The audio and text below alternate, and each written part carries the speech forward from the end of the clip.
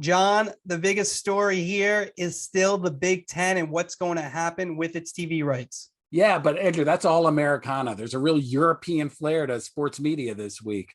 You have the British Open going on, UEFA looking for a lot of U.S. money, and Wimbledon just ended where it looked like the crowd was having a lot of fun. The one that looks like she's had about 700 drinks, bro.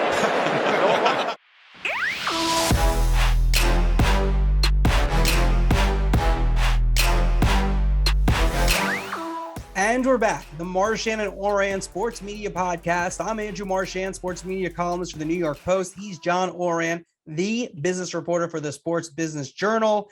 And John, a lot to talk about in terms of media, a lot of rights deals. But let's start, as we always do, with who's up and who's down. Who's up? Who's down? All right, I'm going to start us off here, Andrew. My who's up? Danny Silman. He's the CEO of a company called Relevant Sports, and they're the ones who are selling UEFA rights. And I picked him as my who's up because he's looking at a huge windfall. It was just 3 years ago that I wrote about CBS overpaying for the UEFA Champions League rights. They were paying around $100 million per year. Add in $50 million more from Univision. It looks like from reporting that I've done that UEFA is going to double that. And seeing how they overpaid 3 years ago and now they're going to double it, it looks like CBS actually had a pretty good deal. Well, overpaid, now double, that's not bad. So Relevant Sports, seems like they're going to get a relevant amount of money. Ooh, bad. Oh. No. Yeah, we're not editing that one out. You keep going. All right. Who's up for me? RG3, Robert Griffin III. He gets Randy Moss's spot on Monday Night Countdown. He'll be on every week. Moss decided that he wanted to just do Sundays. He liked that better. I think he liked watching the games on Sundays and not having to rush out to go do Monday Night Football. And so Robert Griffin III last year did real well on games. ESPN outbid Fox Sports for RG3. Both networks really liked him. They got him, and now he's kind of on the way up. I mean, it could not be more apropos because he goes from last year just doing, he did some studio here and there and all those type, all the shows during the week. But now those regular spots and the Sunday countdown and Monday countdown, they don't come open that often, especially a big one like Randy Moss's position. And it goes to RG3, so he's on the way up. I'm going to go right to who's down. I'm going to stick with ESPN. I'm going to do David JACOBY. He was the fill-in host for This Just In, and he was duped into using a fake John Morant quote from an outfit called, I don't know if are we allowed to say this on the pod? Our pod I think so. I think you can say, yep, go for it, John. But it's Ballsack Sports. Here's the thing. ESPN doesn't allow that to happen on SportsCenter. Eric Reinholm's late afternoon studio shows generally don't get duped. But it's happened before on these shows that sort of are in between SportsCenter and Reinholm's shows. And the problem is that the general fan watching the shows, they don't discern a difference between those shows. They see that they're on ESPN and they see people behind the studio, and it tarnishes SportsCenter, it tarnishes the other studio shows, and ESPN's got to figure out what to do to keep that from happening as often as it is, because it's happened before. Yeah, they make the Ballsack Sports people do make the quotes sound almost real. So you really have to check it. It's really a problem with aggregation, where these things just get kind of thrown around all types of places. And people want, especially when it's a flashy quote like that made up one was. Let's go to my who's down. And speaking of flashy quotes, mine are anonymous sources. And people are like, wait, use anonymous sources all the time. I love anonymous sources. Yes. Now, Ben Strauss in the Washington Post had a really good Adam Schefter feature this week. And a lot of detail, spent a lot of time with Schefter, enjoyable read. The one thing that it's not about Strauss's story. This is just in general in my career. I'm not a fan of anonymous sources where you're quoting them, dissing somebody else and criticizing them. If you're using sources, for information, that makes sense to me. But I just think it's really easy for someone not to put their name to something and then be able to say something negative about somebody else. I saw that years back when I was on the Met beat, and I'm not going to say who I think was the anonymous sources, but Newsday often had quotes dissing Armando Benitez, the closer of the Mets at the time. I thought it was totally unfair. It was just a player said, put your name to it. And that's what Schefter said in the story. You can, and I have, take shots at Adam Schefter. I just don't think it's really fair to do it without putting your name to it. Anonymous sources are what makes our worlds go by, basically. I mean, we depend on them. My Big Ten reporting is all based on anonymous sources. But I would never let somebody say, "Oh, ESPN's not going to get it because they're no good." Exactly. I guess where I get to is like you could say like something to that effect. It's just when you go after someone's character, basically, and you don't put your name to it. I just don't think it's fair. So when I covered baseball, again, you use scouts to talk about minor leaguers, but I don't think it's fair if you say, well, he doesn't hit lefties, well, or, some kind of thing about his swing. That's fair, right? But again, when you get into someone's like who they are, and you make those type of comments that you're drilling somebody, I just think your name should be, you wouldn't want that to happen to you. All right, so it is a blurry line, right? Let's see if a source close to this podcast says that Andrew Marchand talks too much. Is that something that you would allow to get in? We'd have a lot. I know a lot of who would say that. First off, it would probably be you. One, it could be Christopher Mason, our producer. It could be AC Wyatt, one of our big time executives. Don't sleep on Abe Madcore, man. Come on. Abe might say it. There's a lot of people who could be saying that. Yeah. So, but yes, that's the point, though. Put your name to it, John. If you think that, say it. Say it now. You know what, Andrew? You talk too much, man. There we go. All right. No, he said it. It's actually better too. It's better than an anonymous source says that. You want to hear from the person. So that's my 2 cents. Good story by Strauss, but I'm not a fan of the use of using other people. Just say it then. These places also have all these like rules that they go by that they try to make themselves like a little bit like they're above it, and I don't see it in that case, right? Like I don't think they're. Let me ask you a quick inside baseball question, because I think people will find this interesting. You write for the New York Post. If you were to put one of those anonymous sources in there, do you think it would slide through the editors? I mean, I think it could get in. Like I don't think there's like I don't know. I don't want to speak for like what our policy is. I know that they're stringent about like certain, when we do certain stories, especially legal stories, when you're using anonymous sources, we have a process. So could you get that in there? Yeah, you probably could, right? Like that happened in the past. I think the Daily News had a writer years ago, like had like a Jet story with like 10 anonymous sources talking about Mark Sanchez. They all said the same thing. It just kind of seemed hard to believe that's how it all went down. But yeah, I think, look, I don't know. I think there'd be a discussion. This is me personally. Like, I don't know exactly how we would go about that. And if we could, use something like that, I just don't think it's fair. That would be my number one thing. I don't think it's fair to use those quotes. The story was good. And I think it would have been good without those quotes, quite honestly. I don't think there's another way to say it. And if people don't want to be quoted, I don't know. I guess you could get into the general feeling that what the criticism of Schefter are without quoting somebody anonymously. Yeah, or just ask Schefter. Hey, these people say this about you. See if he responds to that, right? Yeah, well, he did. And one time he said, so let me just give you, before we go on to the next thing, so people are probably, if they didn't read it, here's the one quote was, this is talking about Schefter and, some of the mistakes he's made. This is from one on-air ESPN personality who spoke with the condition of anonymity to discuss internal company business. He said, he's your preeminent journalist for the preeminent sport in America. I would hope that as a network, you're embarrassed by that, but I'm blown away that ESPN doesn't seem to care. Okay, so that one's on ESPN. That one's not on Schefter, but I still kind of don't think it's fair. Like, do you think ESPN doesn't care? Is that all right? Well, then maybe we should ask ESPN, not Schefter. Right? So anyways, that's just my overall point is I just don't know if that's fair. You can use anonymous sources. I just don't know to diss people with a quote. I don't know if that to me is the right way to go.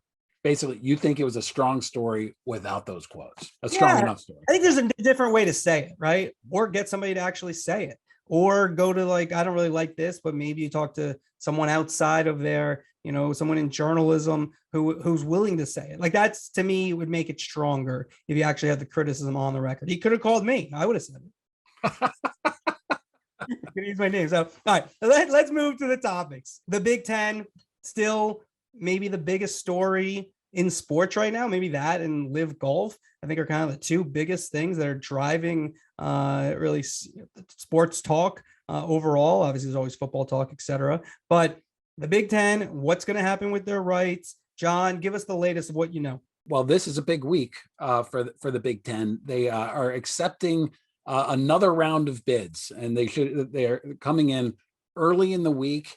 And by the end of the week, we're going to know what companies are serious and what companies are just sort of like in to help bid it up. Right now, Fox basically has a deal in place. It's going to have about half the package.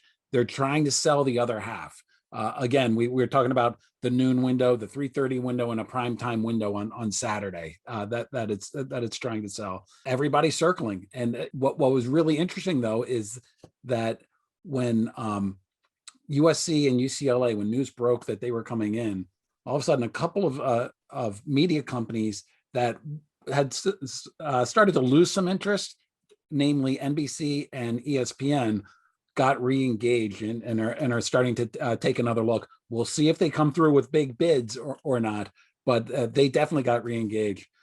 Almost as soon as the deal happened, Apple called the Big Ten to say that it was interested again. Those talks went nowhere. Apple really, if you look at Apple and Apple's strategy, what they did with MLS is sort of how they want to go forward. They want to own everything, and they want to put it behind a paywall so that they're, you're paying per game or for, some sort of subscription process. So I just want to hit on that Apple thing before we get back into the Big Ten. And I think that's interesting because it really shows that the MLS deal might be proof of performance, right? Like this could be the future of sports media a decade from now if the MLS deal is really a big success. If it's not, then where does Apple go? Because if they really want everything in these deals, I don't know who's going to do that, right? Like the NFL, that's why I said last week, I think Sunday Ticket, and if they go with Apple and they start selling subscriptions with Apple and that relationship, we might look back,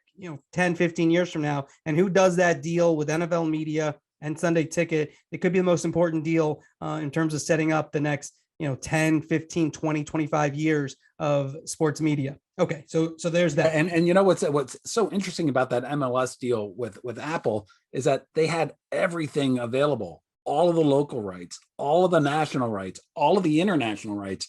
The MLS made sure that everything ended at the same time so that Apple could grab everything. When the NBA comes up, its local rights still are going to be tied up, in various markets. International rights are going to be tied up in various markets. So it's not going to be nearly as clean of a deal as what MLS was able to sell to Apple. What do you think about Amazon? Now, when I look at this, right, it's kind of, you have Fox. They had a huge success when they brought in the noon kickoffs with the Big Ten predominantly. And then 3:30, we know CBS is losing the SEC to ESPN in 24. NBC has Notre Dame. Amazon makes a lot of sense to me, though, with what they're doing, right? We talked about this a number of times. Thursday night football in New York, they got 21 games on Fridays with the Yankees. You add a big Big Ten game on Saturdays, you start to really kind of make Amazon one of your places where you think about sports, which I think is something that you have to sort of, this is where when you talk about things moving to streaming, you have to get people first off thinking, okay, where's this game? Oh, it's on this platform, and you need repetition to do that. So I do think Amazon makes a lot of sense, and I do think they're going hard after it. This is going to be a fun podcast to do in September once this deal comes through and the UEFA Champions League comes through, because Amazon has been aggressive in both, and it was aggressive in trying to get Formula One rights as well. It bid more than ESPN to try to get those Formula One rights, but not enough more because it's going to streaming. They got to pay a premium over the linear TV networks. And so the big question that I have and what I'm looking for here is, are they going to bid enough that the Big Ten is going to say, okay, we're going to take a package of games or a handful of games or whatever and give it to Amazon? And that's a big question. I think what's greasing the skids, so to speak, for Big Ten presidents that are nervous about leaving linear television, because linear television just sees so much more, is that any deal that they make outside of Fox, ESPN's going to put games on Plus. CBS would want to put games on Paramount Plus. Of course, NBC and Peacock. There's going to be a streaming component, certainly, with the Big Ten deal. So why not do streaming with Amazon and get more money out of it? So that is something that is greasing the skids there. It's not like they're choosing streaming over linear. They're choosing streaming over streaming, but the streaming happens to be ESPN Plus versus Amazon Prime. So there will be a digital play in this, of course. And if I had to put you on the spot, Amazon's involved or not? I don't know. I don't know what they're going to bid. I think that Amazon's going to have to bid more because they're not a traditional media company. Right now, as we do this pod, and this could change by the time we edit the pod and people listen to it. I think that I would see Amazon as on the inside looking out right now. Okay. So that's for the Big Ten rights. All right. So that would be the first one that, like you've said, this is kind of a big theme. That'd be the first one that actually linear TV networks really want, and Amazon was able to win it from them. Yeah.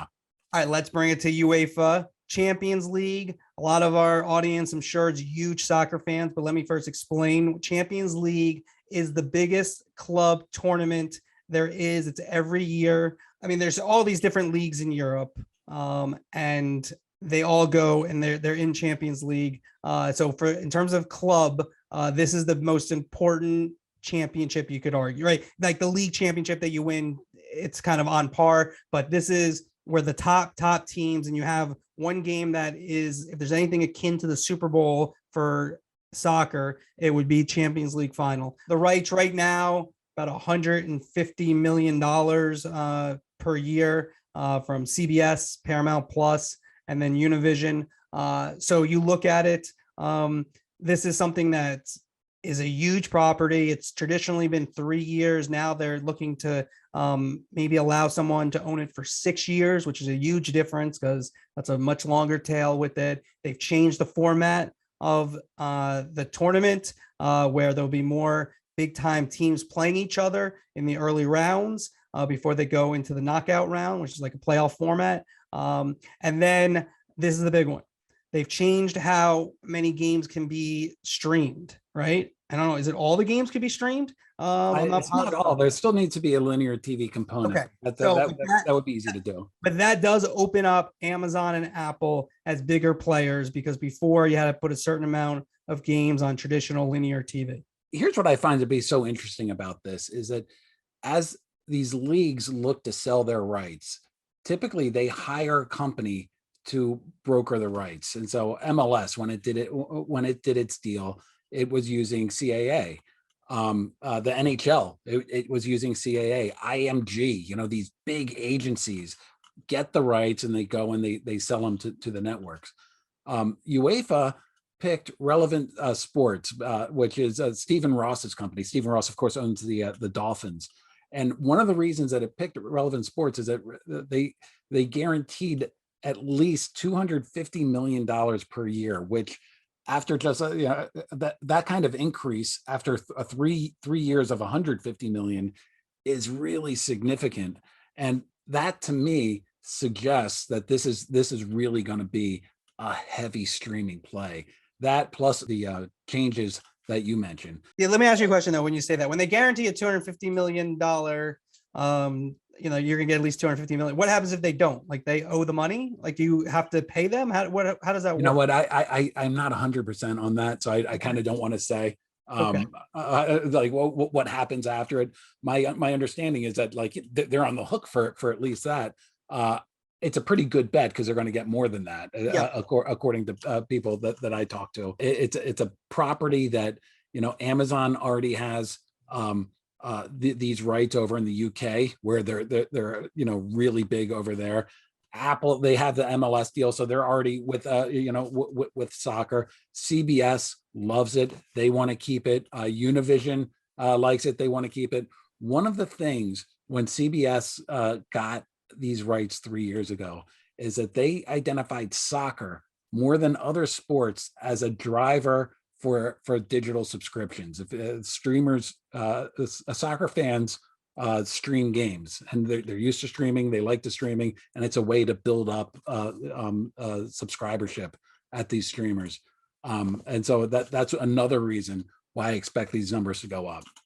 So a lot of people like to say soccer fans like to stream games, and I think kind of that's a misnomer. I think soccer fans are forced to stream games.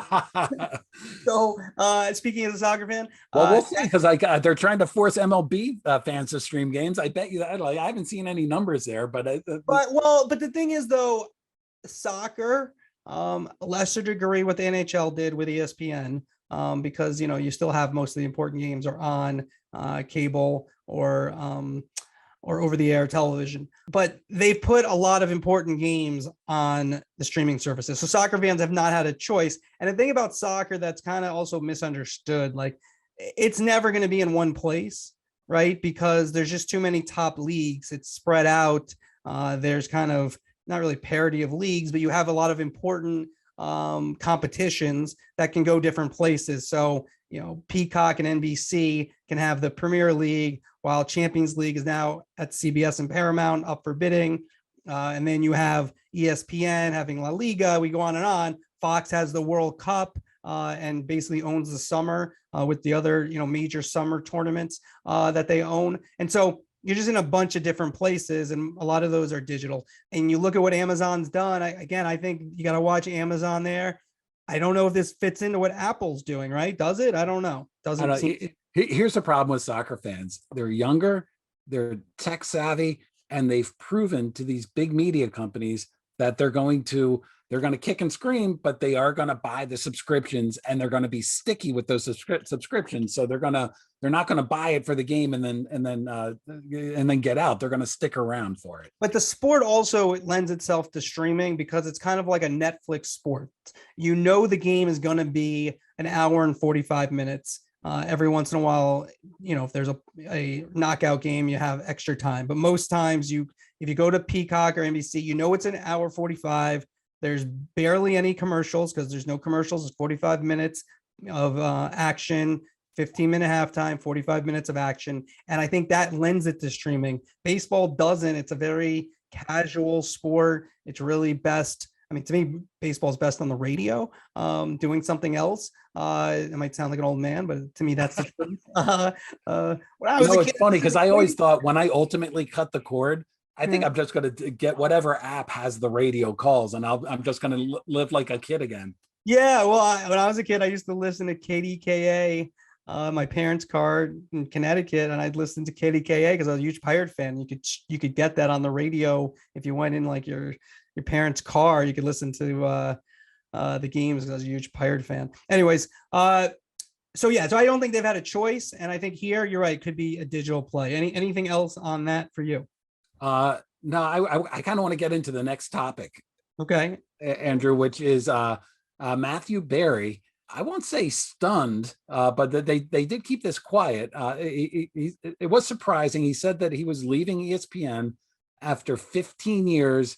You had a report today suggesting that he's most likely headed to NBC. What do you know? I think he'll end up at NBC. I could see him doing a daily show of some sort. Maybe there's a Sunday Night Football component to this thing where maybe he's on there sometimes. And that ESPN show, Fantasy Focus on ESPN2, does really well. So does NBC and Peacock try to use Barry to develop that type of show. He has 1.1 million followers on Twitter. He's a New York Times bestseller. He's good on the air, right? And that's something that not everyone who's into fantasy sports or, draft nicks or writers, to transition to being on the air from that it's a skill. It's a different type of skill that we prove At least I prove every week it's very difficult to do that. So yeah, I think he'll end up there. And he is, he does a lot of other things as well, which I think may have been an issue too with ESPN. So if you're Matt Berry, why are you making this move, Andrew? I would think money.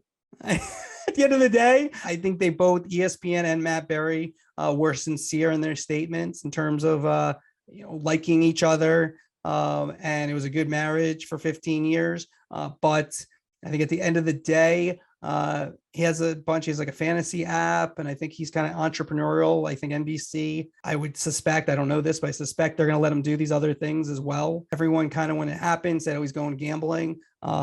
Maybe there ends up being, a gambling component as well, because that's how you really kind of make your income even higher. So that wouldn't shock me, but I think those are the reasons. So I guess at the end of the day, it's cash.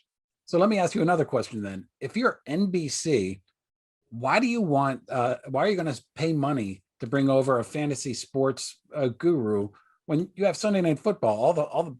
All the fantasy other than 2 games has already happened. I mean, what's the advantage for NBC on this? I would say this, and I don't know if this is the case, if this will be true. I think when you go to the top, I think if I were trying to hire people, you go to the top of the market, right? And I'm not a fantasy player, so I don't know. He has a big reputation and he seemed to have done well. So I don't want to say like he's the best or anything like that, because I don't know that. But I think you want to move an audience over to you, and you feel like that will help grow your growth. And I think especially in like a podcast world, does a Matthew Berry potentially help you? If his podcast is very popular, you want to have relevancy, right? So I guess, NBC, they shuttered NBCSN. They have Peacock. It's smaller than ESPN. It's smaller than Fox Sports. I think it's kind of similar, probably, to CBS, maybe slightly bigger. You don't just put your hands up. So I think there's a play here that, I don't know the exact reasoning behind it, but I do think top of the market, and especially if it's a category you're not really competing in, why not try to get into that category? It's very popular, especially when you combine it with betting. So I could see the reasons why, and when you get to what his exact financials, and does that make sense? I don't know what he's going to get, at least I don't know yet. So I think when you put those things together, then you could see why NBC believes it's a smart move. And for its subscription, you want to make Peacock more valuable. People always think it's only, well, you brought this person over, how many subscribers does the person bring? Well, it's not only that, it's also making it more sticky, more valuable. So when people are on your app and they're watching, that there's other things that they're interested in. And Matthew Berry is pretty popular. I talked to several folks over at ESPN. They insist they're not retrenching from fantasy, which of course they're not. This is a big part of what ESPN does, but they are losing their fantasy face, the face of ESPN fantasy for the past 15 years. And so it's going to be interesting to me to see who is going to step up. And I'm not sure if it's just going to be like one person. You have people like Field Yates or Stefania Bell or Mike Clay is somebody whose name has been out there. They might not go to just one person, and just might ESPN might decide that they're just going to go forward with this big group of people, but they're certainly going to continue to be aggressive in fantasy. Yeah, I'm looking up as we talk. Field Yates, how many Twitter followers? This is actually one of my skills of knowing how many Twitter followers people have. So people aren't going to believe it. They're looking on the video. I'm going to say I have not looked at how many he has. What do you got? What number? This is actually one of my skills. Oh, for Field Yates. Okay. I'm going to say Field Yates has, he's on ESPN. I'm going to say he's around 80,000. I'm going to say 870,000. You said 80,000? Field Yates, 864,000. Field, I'm sorry. 860. Fantasy is big. Fantasy is big, man. And I don't want to, we don't have to go into this, but we can do it another time. We can do this another time. That was sincere. I did not look that up. I don't have many skills. One of my skills though is just throw me one. Throw me one right now. Go to Stefania Bell. Stefania Bell. I'm going to say 470,000. I think less. I'm going to go Stefania Bell. I want to say 272. Yeah, look it up. Hold on. All right, we're going to look it up. This is real time. Stephania Bell. We're going to need some music on this one, Chris Mason. Stephania Bell. All right, here we go. Stephania Bell. 302,000. I'm telling you, this is my only skill. I said, wow, that is impressive. Well, I've been way off on both.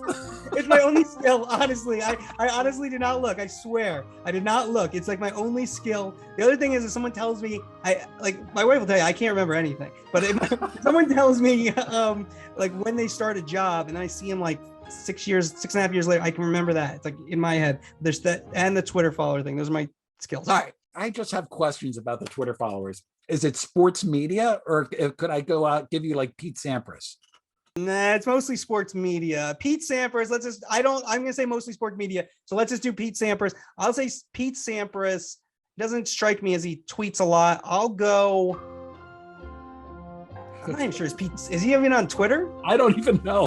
Right, I don't know why that name was in my head. I'm gonna go Pete Sampras, 125,000. I'm not even gonna guess. I'm gonna say 30,000. All right, we said he's not on Twitter. He doesn't appear to be on Twitter. So that was my first instinct was he wasn't on Twitter. You were right. This is like savant level stuff. I love it. People are bored. All right, let's get back to media. RG3 is our next topic. He was my who's up. Listen, you know RG3 from his Washington days. What do you think of obviously he could be a future star for ESPN, and kind of already is going to be on Monday Night Countdown.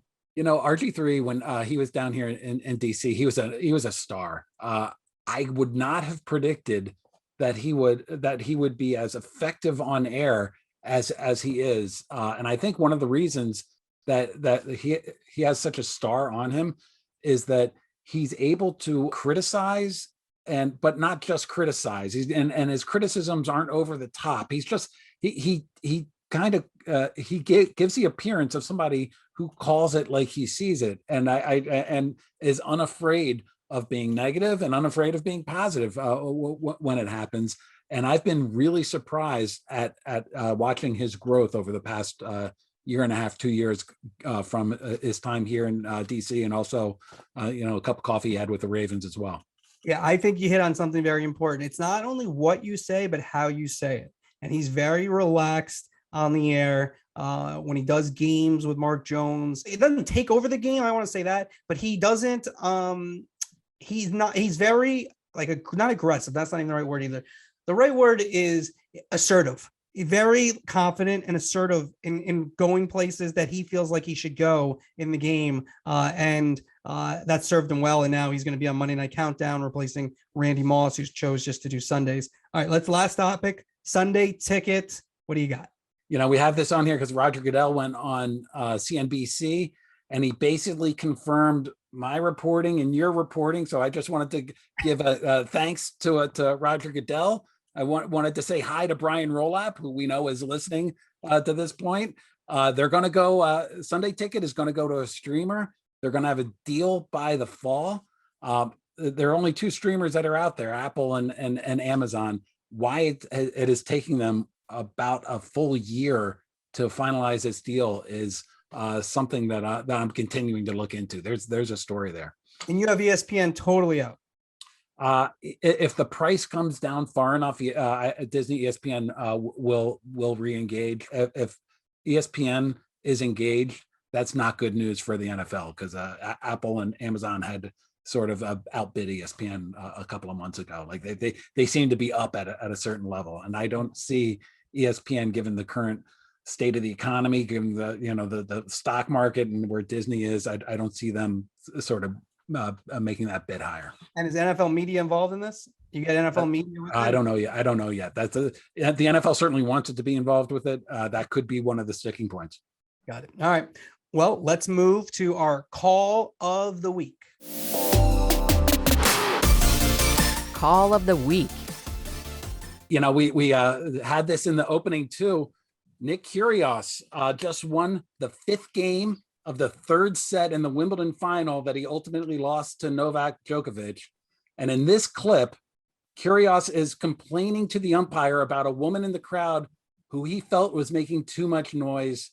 This is Chris Fowler John McEnroe and Patrick McEnroe on the call for ESPN. I know exactly which one it is. So tell me. It's the one in the dress with the one that looks like she's had about 700 drinks, bro. A woman in the front row that's had about 700 drinks, in Kyrgios's estimation. In his mind, nearly cost him the game, but it didn't. Thankfully, with a couple of huge serves, but he's got a good point. It's just sometimes his way of expressing it gets a little bit lost in translation. Be only 500. Reno Lichtenstein's on the phone now, so maybe security's going to head over to that section. In his mind, she was talking to him every point. We didn't hear exactly what happened. I heard him say a couple of points before he got the warning, because when he was talking to the umpire, well, I can hear it. So now he's still going, because the umpire said, I didn't hear it. And Nick said, well, I'm hearing it, which he's got a point. But the other thing you then do is you walk up to the umpire, if you're curious, calmly, if you can, and say, there's a person over here in the first row that is just like you would do, John. You're looking at me like, don't even go there. John just gave me the look. That's all I needed.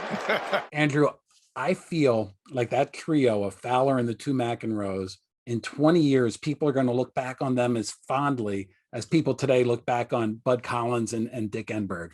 I think Fowler, for tennis, this is his sport. I think he is really, really good in the booth.